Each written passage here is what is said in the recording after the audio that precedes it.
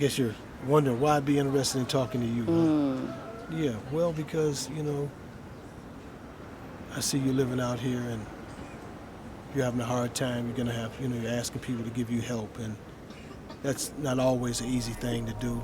You got to look at people looking at you funny and whatever, And conditions, I don't know what your particular situation is, but, I'm assuming it's not the most desirable position to be in, Right. So, what's your name? Renee. Uh-huh. And where you from? Flint, Michigan. From Flint? Yeah. You know Umar bin Hassan? He was No. one of the last poets. You ever heard of the last poets? No. Great. If you ever get a chance, go to the internet and check out the last poets. What brought you to Detroit? More opportunities, more shelters for women. You were homeless. So what actually does that mean in reality, in hard, cold terms? It means that I have no place to take care of my own personal needs like most people. Mm-hmm. You have children? 4. Where are they right now? With my mother and father. Uh-huh. The girl and the boy, then I have 2 little girls in foster care. The last 2 went to foster care. So what's happening tonight? Where are you going to stay at tonight?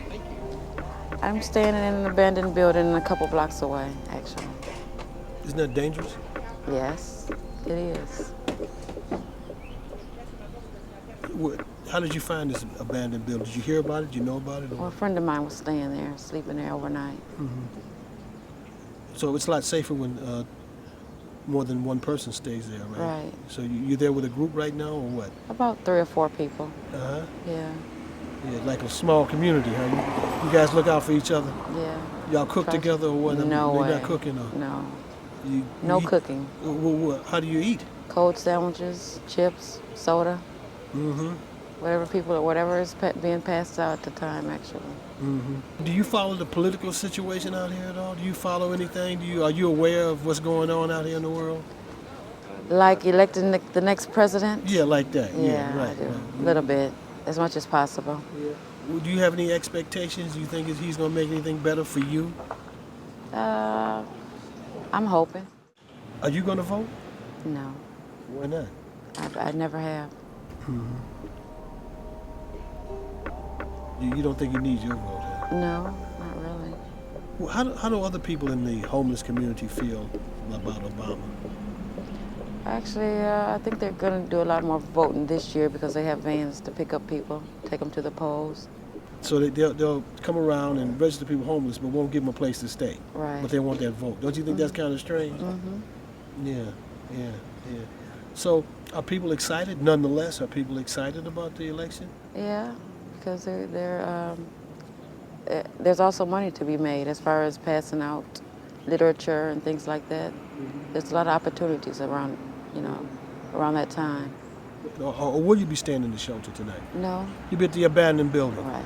Well, how does that work? I mean, why is it sometimes you stay at the shelter and other times you're... Because you can call and get a bed sometimes, and sometimes they're full. There's no empty spaces. So every now and then I get lucky.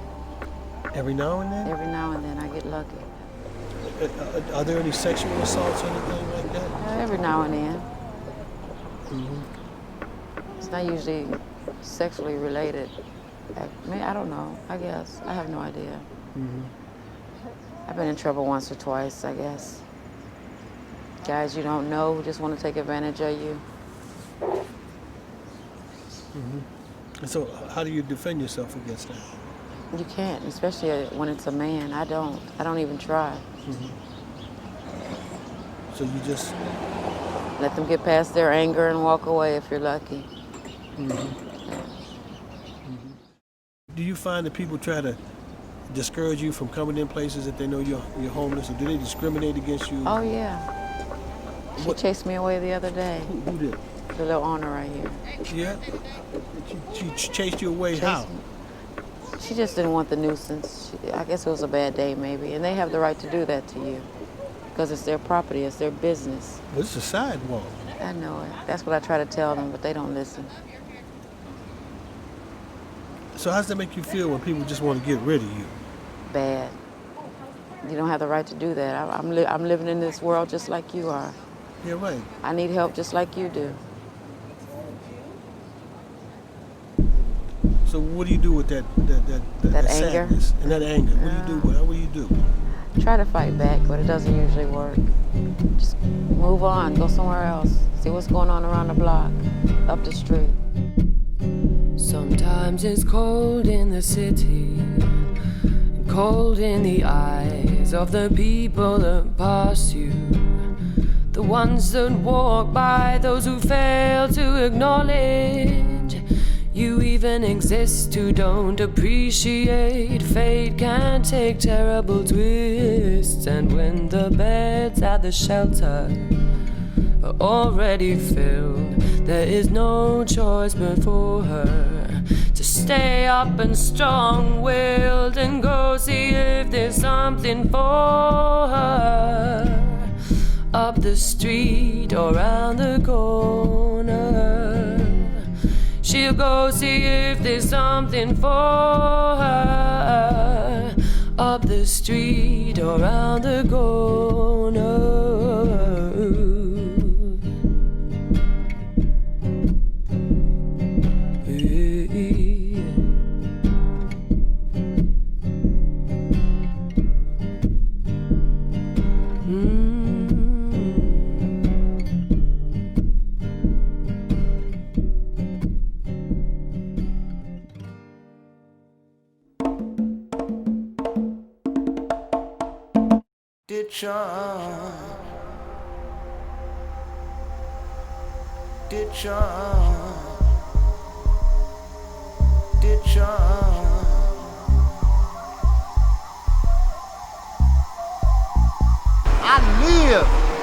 I live in this wheelchair. Everything back here is what I own. That's not, I mean, come on. This is my home. Sure. This is my home. I just can't believe some of the things that I've experienced lately, you know. Far as the homeless situation, that's terrible. I've never seen a homeless situation as large as it is today. And it's so many people that's actually on the street, you know, that you just wouldn't believe it. I don't see progress. I don't see progress. I see us mindly, with our minds, we still in slavery in so many ways. So many ways our minds are still in slavery. You know, you go on a job interview, who interviewing you? 9 out of 10 it's a white man, you know. And then if it is a black man that's interviewing you, okay, but then he still got to take it back to the white man. It's just like the song say, it's just the way it is, you know what I'm saying? But you know, my prayers for my grandbabies, for my children, you know, that's my prayer. You know, if I don't see it in my lifetime, let's see, like a lady once told me, actually the lady's house that I live into, I was inherited that house. A lady passed away, and I was nice to her. And didn't even know she left me a house. You know, I was just not just being myself, nice to her, and when she passed away, I was inherited a house. You know what I'm saying? So it's like this lady had once told me she had all her teeth but one. And I would say, her name was Miss Smith. I would say, Miss Smith, your teeth is just so pretty. She 82 years old with every one of her teeth in her mouth but one. And she would say, well, you know why my teeth like this? I was like, why? She was like, because my grandmother, she prayed for me. She prayed that I'd have all my teeth. And I just laughed. But see, now that brings me back to myself. I pray for my grandchildren, not so much for their teeth, but I pray for my grandchildren, for their health, for their safety, for education, for better things in life that I may have had, you know. So that's what it is. With me, it's all about prayer, and I pray for change for my grandbabies. I not only pray for my children, but I pray for all children, so that one day maybe we have a change will be made, a change that will be made that we can see with our eyes. You know what I'm saying? not with just the chuckles around our ankles and chains on our hands, that we will have a real change in this world.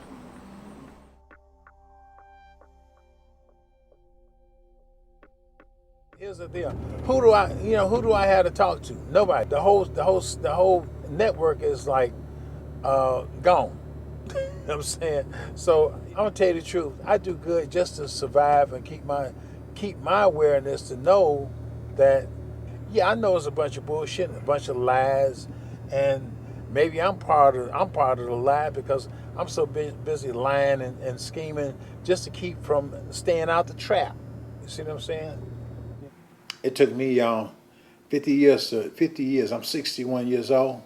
It took me 55 years to finally learn how to say, enough. I'm not going for you and your bullshit.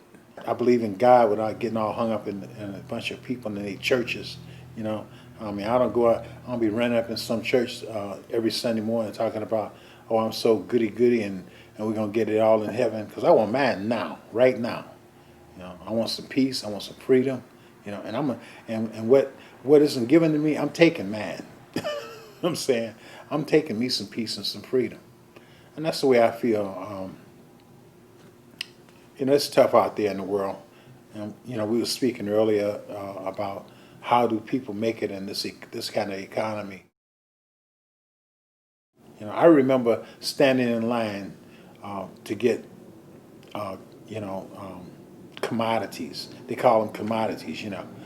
The government cheese, you know, the dried beans and rice, the powdered milk, the powdered eggs in a can, you know, the Spam in a can, and that they call it beef in a can. I think it was Lucky, you know, that horse Lucky, you know, that was in a can, you know, and that's exactly what it tastes like. And my mother was a wonderful cook, you know, a Georgia-born black woman, you know, and that woman could throw down, give her the right stuff, and she'd feed everybody. I could invite all my friends over and say, Mama, you know, I brought my friends, and she feed everybody, and we would dine good food. But that stuff that they force fed black folks, that it robbed our strength, it robbed us of our dignity, it robbed us of our self-respect, and it was just barely something to survive on.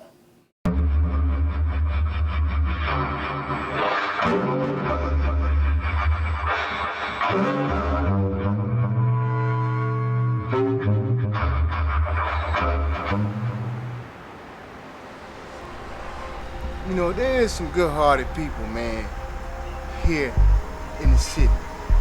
But then there's also some people who got some who I could say is heartless, man. Because there's times I can sit in this chair on the freeway or on the corner, you know, position, and I can ask somebody, man, what time is it? You know, what time is it? And they'll look at me and act like they don't hear me. You know, actually frown up like, Who is he talking you know, why is you talking to me? You know, I mean, what am I doing wrong? Okay, I'm not in a position right now, as much as I want to work. You understand? I would prefer to work. Okay, I may have to go back to school to better my position.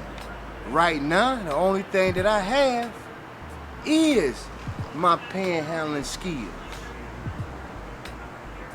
You know, and then for a person to look at me like I'm less than, or I'm just the scum of the earth.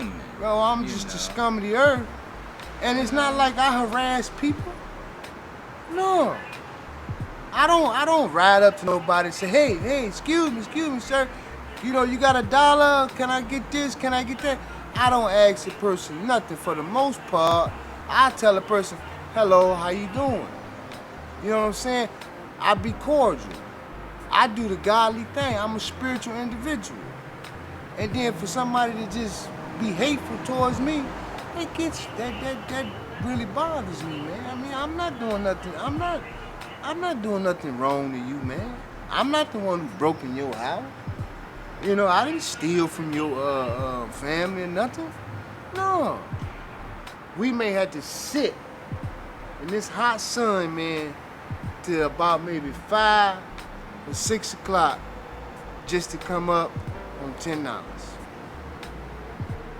Now, how far you out honestly think $10 gonna take us, man? If we go to the restaurant, $4 is gone already. And that's not a meal that's gonna last us throughout the day. Then we still gotta find some water to wash up. We gotta find some kind of way to wash our clothes. I mean, do you honestly think I enjoy wearing the same clothes every day, man? No, I wasn't raised like that, man. It bothers me to actually sit up with a sign on my chest like this that say, I'm homeless, I'm hungry, I'm in need, please help. And for you to look at me and frown and say, why is you sitting there? Why don't you get a job? Yeah, if you help me out, then I'll get off the street. I mean, you mean to tell me it's that bad that you cannot offer any assistance, man?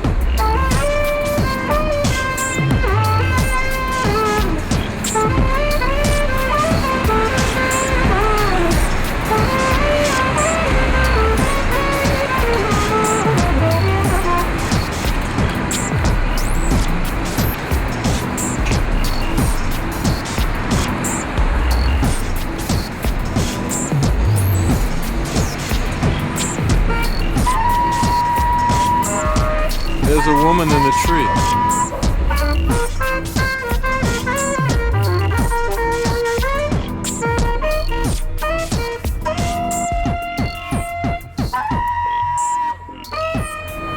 An African woman in a tree.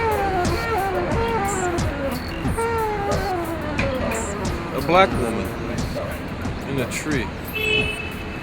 In a park.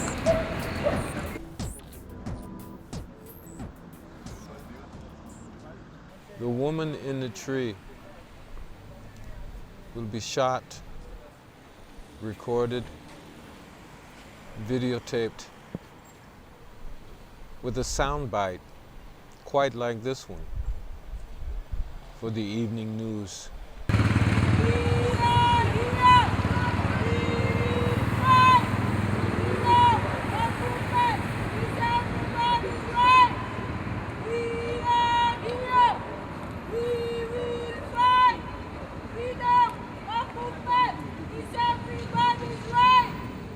Most will switch to football, cartoons, or soap opera.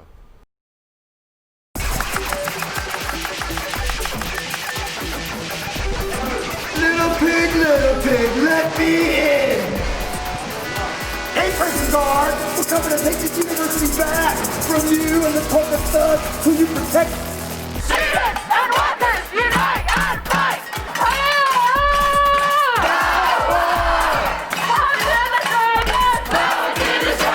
Whose university? Our university! We'll huff, and we'll puff, and we'll blow your house in! Students and workers, unite and fight!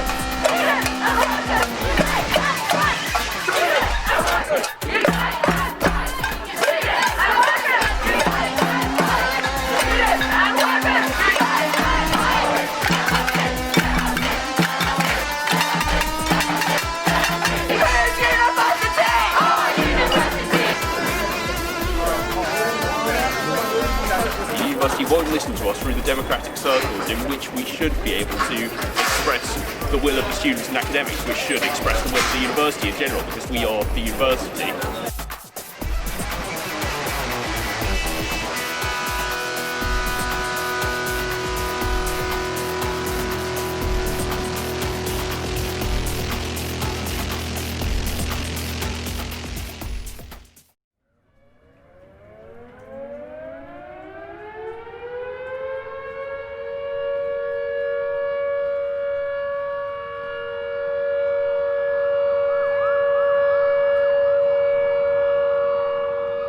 Bang! Out of the barrel of a gun I sped, into the body of a black man, into the body of a black boy. Boy, boy, boy, assume the position. Spread 'em wide, in front of your girlfriend, in front of your mother, in front of your daughter and son. Put you in prison, yes, and I kill plenty. But even better, I make you into your own death penalty. I am the war on terror. You are the enemy within. Man or woman, high or low, don't bother to show me your diploma. It's there in your skin. You are the flame of resistance that I can never quite extinguish. You are the angry fire that I fear more than truth, and I am the definition of liar. You are the light that blazed up in Tottenham and 100 other places so bright it could be seen across the Mediterranean. I am the darkness waiting. You are the stand-up straight of a new generation. You are the broken glass and torn-up pavement. You are the golden beach beneath, if only you can find it. I am the man on TV calling you mindless. I watch you change into every color and race. Communicate in ways I can't keep up with. Be brave 1,000 times in every hour. But look around. I still have power. I am the bullet in the gun. I am the serpent tongue. I move armies, empty bellies, turn bones to dust. I am a treasure chest of fantasy, pleasure, and shame. I have access to your brain more often than you do. I'm running with you on your feet. It's my arm, too, that torched your neighbor's shop. My fingers you must free from an iron grip around your thoughts. Kettling you, ghettoing you 4 long days and nights. Letting you burn the wrong places, keeping you out of the right. Revolution is a hurricane and the wind blows wildly. When young lions roar with pain and strike out blindly, jackals hide in the tall grass, waiting their chance until you learn to fight with wisdom. I rule the dance.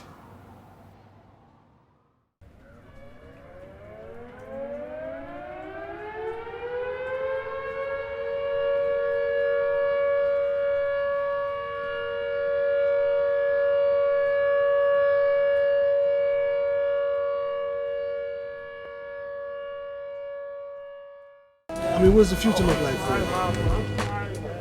I'm trying to get on disability SSI or something. You know, give me a place down there. They're giving out places down there. I'm trying to get on, you know, get myself together so I won't freeze to death. I'm just trying to breathe, brother. Yeah,